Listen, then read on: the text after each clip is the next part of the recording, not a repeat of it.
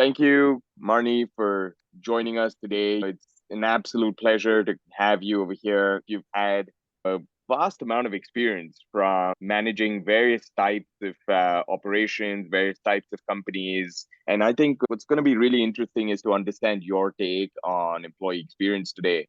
So, without further ado, it would be great to have you give us a quick introduction about yourself. Yeah, absolutely. First off, thanks for having me. I'm really excited to have the conversation and excited of what Tidy has going on. So really looking forward to it.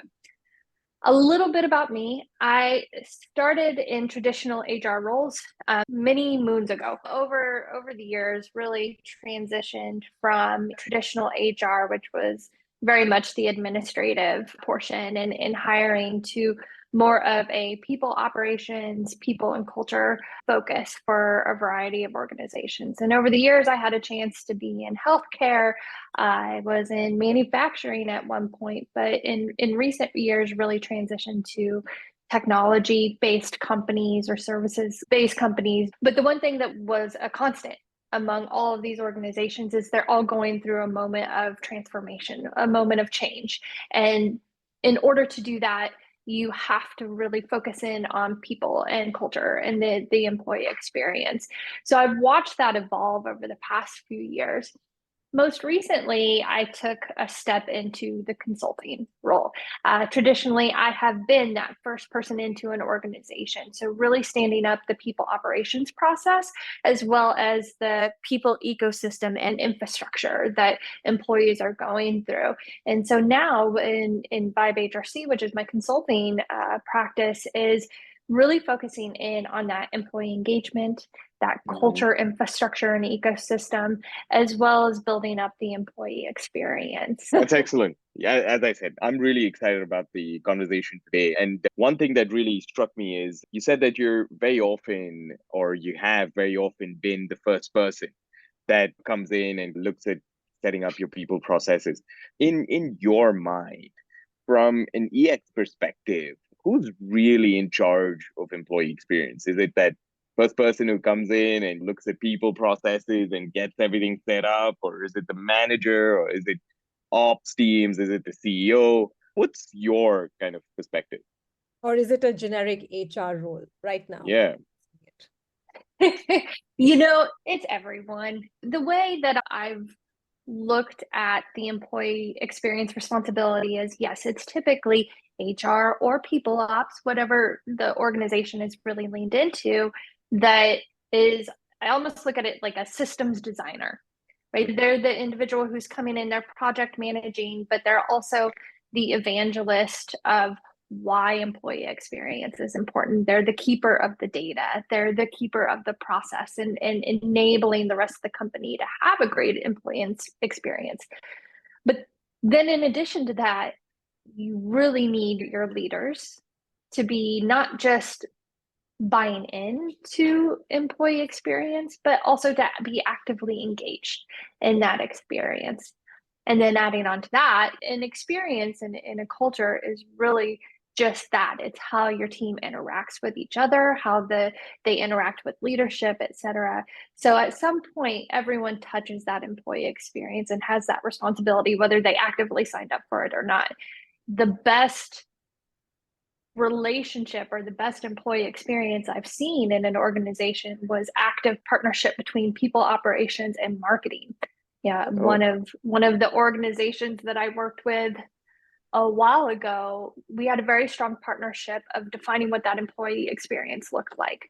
And that collaboration really tied our external brand, how we were demonstrating our vibe and our brand to our customers, and tied that into our employee experience as well. And by having that cohesion between external marketing and internal employee experience, it literally did increase our referral rates. We were able to staff quicker in a tight labor market. And so that was one that was a very strategic partnership that I try to carry into other organizations as well. That's uh, fantastic, right? Because as some people will say, your employees are your best brand ambassadors. So if you have happy employees, half the job is done because they are automatically going out and talking about your company. And the minute your customers realize that you have a great internal company culture, they think highly of you. It just does wonders for the brand and in general, right? Exactly. It's trust, right? If your employees can trust you, if your team can trust you, and your customers can feel that, they're going to trust you too. So is that number one person who comes in and sets everything up? What do you do? What's your set of to-dos? I listen. Yeah, take inventory. It's major, put your head down and listen. Put your head down to the ground, understand what is happening under the surface. So it's easy to read a website, it's easy to understand the go-to-market fit, etc. But typically what I will do is go in on a listening tour. And depending on the size of the organization, that could be every employee in the organization. If it's too big, then we take a subset. Of course, all the leadership team, but then we take a subset of making sure that we have diverse viewpoints throughout the organization, as well as varying levels through the organization, so that we can really understand and have these really intentional conversations with those individuals. If they haven't done an employee engagement survey before, now's the time. That gives a really good baseline. But then it's also digging into the data that exists, whether that's what are our numbers, what are our demographics. A lot of that may take some time to actually pull that data from it, but it exists in trying to compile and just figuring out what that story is. Where are we today? And then also understanding from the leaders, where do we want to be tomorrow? And going from there. That's qualitative data that you're talking about, where you're listening and you're talking to people and you're gathering all this information. Still, when I know you said you work with companies of different sizes, have you ever found that they've already had valuable data, like actual data numbers that they've given you to make your work easier? Has that ever happened? To a varying degree. There has been companies that have invested in technology where there may be a nice dashboard. Particularly the easiest way to gather data is around the applicant tracking systems, right?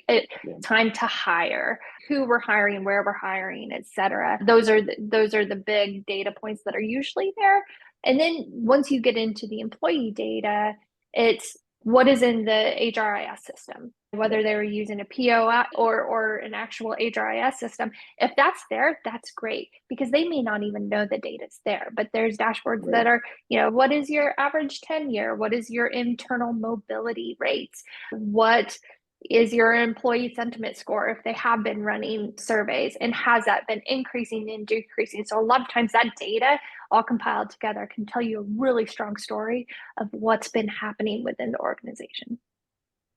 Specifically, other than HR data, right? So this is something that we keep talking about is there other data other than HR data, your traditional HR data, that you can use to understand and build better employee experiences? For example, is there data that can come out of an IT system which talks about adoption of different software, or talks about where people get bogged down from a productivity perspective?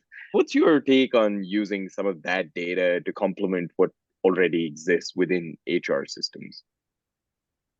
Absolutely. Going through the employee journey and seeing where we're spending a lot of our time strategically, whether that's through where are your support tickets coming in, how are they getting held up, that can actually influence where your team is spending their time from an engineering perspective, et cetera. So there is a strong partnership with where are we spending our customer facing time with what we're doing internally and what the flow of our work is looking like. Another strong correlation that kind of comes to mind that's a little off of what you're asking, but it's sometimes tying that employee data to external. So I think of employee net promoter score or employee sentiment. How is that directly correlated with our customer? Are they correlated? What's going on with that data? And to be able to dig in. What do you think are the biggest challenges with some of this data, though? When you're thinking about data, I think it's very easy to get lost in it. Also, I don't know if I'm right over here, but I think also traditionally, the people function has had less visibility into the data. So once you get data, what do you do is always the first question, right? So how would you guide your clients today to do that? Insights, right? That's Yeah. your question is such a great question, because I think a lot of people in the, whether it's people operations or HR seat, that through technology do have access to data right now, and that's shifted. But what is maybe lagging is the knowledge and skill sets of how to utilize that data to come up with KPIs, to come up with how does that tie into the company strategy, et cetera. So there's a couple ways. It depends on budget. But for me, the big thing is, okay, number one, look at what others have done in the industry. And that includes looking out to Harvard Business Review, Gallup, McKinsey, like understanding their insights, because that helps you understand the important insights within your organization, and you can help build that within your org.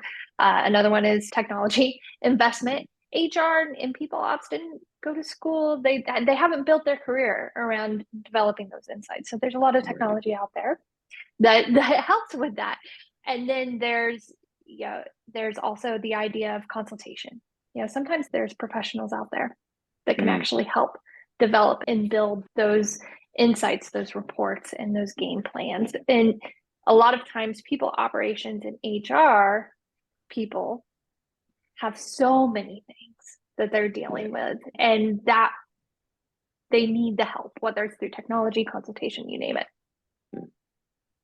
But do you find that companies are actually starting to think more seriously about EX? Like you said, there is data available, there is technology available today, but ultimately it comes down to, like you said, leadership truly believing in EX making a difference to the bottom line, right? There's a very straight line from the customer experience towards profit, but that line from EX to profit is a little out of the way. Do you see that there's more budgets being assigned towards EX? Are companies taking it more seriously? Is there more tech spend coming up perhaps in this space? I think it's tough. If I'm honest, it's really dependent on what's going on in the respective industry of the company. So I saw in the pandemic, there was a major shift in the way that the whole world worked. And the focus on employee experience was of necessity. So you would see a lot of investment in technology, a lot of investment in time that we gave toward that employee experience. Then you fast forward to today, and we have what's called this VUCA environment. And it's been a tough world. I predominantly work with the tech industry. And I would say, one of the casualties that I've seen is really that continued investment in employee experience. And so there's this huge education opportunity. ROI is just that. Higher employee experience leads to higher customer experience numbers. Therefore, it's one of those where I think short-sighted leadership companies will reduce that spend in technology and time on the employee experience. But the really shrewd, the really intelligent leaders are really saying, nope, we need to lean into this further, because the one thing that we have that's a constant is people, and keeping them engaged and keeping them productive. I've seen companies, almost every company that I've worked with has some sort of core value that says, we're customers first, or customer mindset, or customer mentality. I love that core value. It's a very valid core value. But in order to have that, the investment in the employee experience needs to be behind it. So you touched upon a really interesting thing, and I don't know if you see it the same way, but through the pandemic, there were tons of investments made into various aspects of EX, right? So whether it be wellness, whether it be from a better benefit structure, whether it be perks, rewards, learning, there was just so much of activity happening. Are you seeing now companies struggling with just way too many services, way too many sort of apps in their ecosystem, and now trying to consolidate all that? Is that also becoming a big problem from an EX and even productivity perspective, I guess? I actually wrote an article a few months ago about being very noisy now exactly. in the HR technology space, whether it's survey tools, ATS, HRIS systems, all of them, and they're all disparate with their experience. And particularly when you're working in the startup space, a lot of people that go through, they have maybe investment partners that are saying, okay, here's all of the HR tools that you have available at your discretion. And so then they buy them because they think this is going to make life easy. And then before you know it, you have this web of technology. Definitely, I even see it in the HR communities out there, is people are talking about how do I simplify and how do I increase the efficiency and flow through all those technology stacks. So what's the average number of apps that you see within the workplace from an employee experience perspective? Oh, that's a good question. You had touched on it being very holistic, right? We have benefits and health. We have applicant tracking systems, performance, survey, feedback, you name it. So it depends on how holistic we want to get when it comes to the employee. But let's say anywhere from 5 to 6, there's coaching apps out there now that we get daily tips and coaching.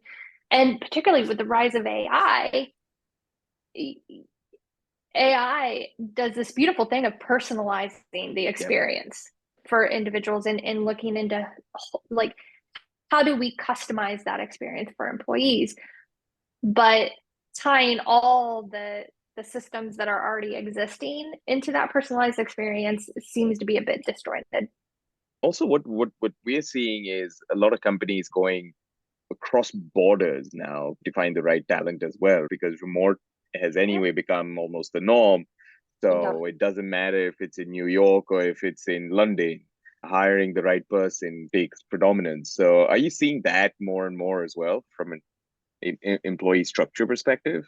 Oh, for sure. The walls of where you can recruit are being torn down significantly, particularly for remote and hybrid work environments. And there's more technology that's coming out about how do we help you legally and compliantly hire in these different areas. But then there's even the considerations about how are we being inclusive of this more global workforce and culturally sensitive to different areas that we're working with, and how do we communicate effectively across all of that. So yes, like the walls are being torn down a bit, but it also brings up a lot of opportunity to help us operate better in that world. It also brings up so many more challenges, right? Because suddenly you are scaling, but you're scaling very differently, right? Like Kiran said, it's global, but now even more so. So it requires a different kind of ability to basically standardize everything, but customize everything and personalize everything. It's tough time for HR, would you say? Or do you think it's fun and exciting? I think it's fun and exciting, but it's also tough. But the tough things are also fun and exciting for the most part. Where I see that challenge though is, what type of HR person are you? What type of people operations person are you? Because I don't mean that in a slanted sense. I mean it in, there's some practitioners who are able to build the systems most effectively. And that's where specialization comes into play of, okay, how are we creating systems that empower our team to work together, to perform together? But a big portion of that has to tie to your human strategy as well. And I see there can be a disconnect as far as the people who are building the systems and then the people who are focusing on the human aspect. And sometimes those don't talk to each other very well, particularly in a global environment. Yeah, absolutely. And talking about all of this, we're almost at the end of 2023. Where are the budgets going for 24? Ooh, I wish I knew. No, where I see a lot of the budgets going for 2024 is culture and employee experience building. And what I mean by that is we have this hybrid work environment that I believe is going to be here to stay. I don't know that the workforce is going to allow for many people to go back into the office at least full time, which I personally am happy about. But that means we have to operate differently. How do we keep people connected? How do we keep people happy, healthy, and productive. So I do see investments in that side of the business, particularly if you think of CFOs. Those are the ones I'm always thinking about. They're like, okay, I have numbers. I have revenue numbers I need to get to, and I don't know how to make this people system work. So let's invest into technology there. I see a lot of investment into whole health and wellness, how we're taking care of our employees. The expectations are different. And so that personalization of that. But then there's the investment into, I think there's going to be AI, not heavily, but I think the progressive organizations are going to be investing into the AI as far as how do I develop personalized experiences as it pertains to employee communications and the information that they get. Does the CEO even have these as his or her mandates, ensuring EX is the best possible version of itself, and therefore investing in wellness, investing in EX tools, investing in whatever it may be? Do you think it comes from the CEO, or is it a hard sell to the CEO? I've seen both ways. I think it's a hard sell. We had mentioned the external environment.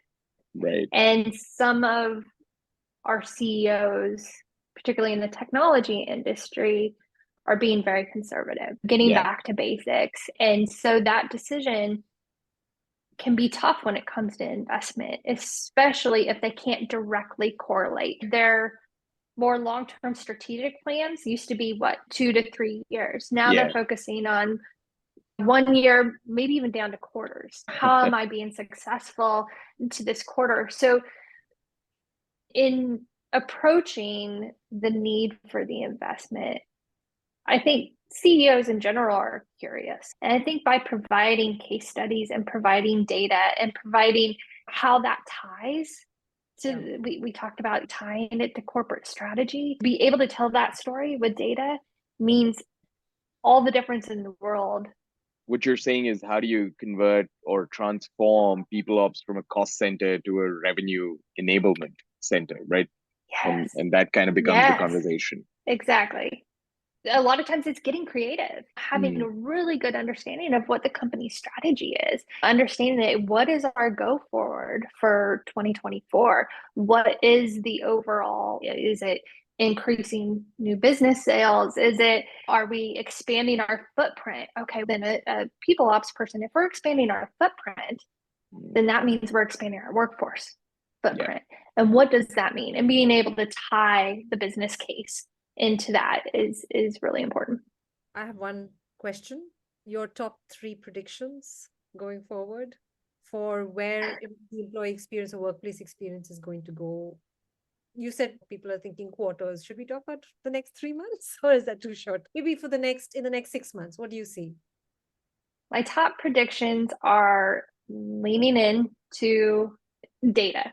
I see a lot of employee engagement coming up, particularly toward the end of the year, right? You get to Q4, all of a sudden we're year end, we have our year end statistics, etc. So that's really understand where we fall with employee engagement, but not just within our own organizations. How do we fall against other organizations? Are we competitive?